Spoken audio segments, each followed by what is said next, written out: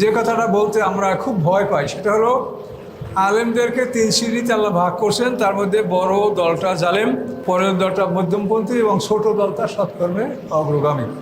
এই জন্যই দেখবেন যে ওই বড় দলে সবসময় দেখবেন যে সত্যের বিরুদ্ধে তারা বড় দলের স্লোগান।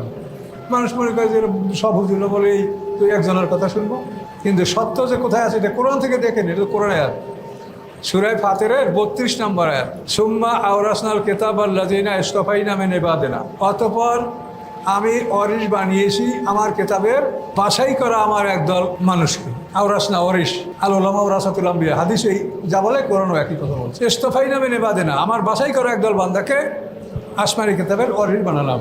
কিন্তু ফামিনহুম যালিমুল লিনাফসি, তার মধ্যে প্রথম দলটা হলো জালিম, ফামিনহুম মুক্তাসিদ, দ্বিতীয় দলটা মধ্যমপন্থী, তৃতীয় দলটা সাবিকুম বিল খায়রাতি বিইজনিল্লাহ, আল্লাহর হুকুমে তারা সৎকর্মে অগ্রগামী। তাহলে সত্য দল যেটা সেটা তো 3 নম্বর, সে তো 1 নম্বরও না 2 নম্বরও না। এখন মানুষ কী করে বুঝবে? এগুলো যদি কোরআনকে ভালো করে অনুধাবন করে সেই বুঝতে পারবে যে বড় দল মানে হক দল নয়। তাহলে এখন এই আলেমদের মধ্যে প্রথম শ্রেণীর লোক আলেমরা জালেম, এটা আমরা একটু সামাজিক তাকাইলে আমরা দেখতে পাই যে সমাজের অধিকাংশ আলেমদের যে দল বা সংগঠন, তারা যে কোনো অবস্থায়, তারা যে কোনো একটা পরিস্থিতির সাথে তারা খাপ খাইয়ে নিয়ে নিজেরা তারা তাদের কাজ করে চলে যাচ্ছে। তারা কোনো বিপদগ্রস্ত হচ্ছে না, তারা কোনো সমস্যার সম্মুখীন হচ্ছে না।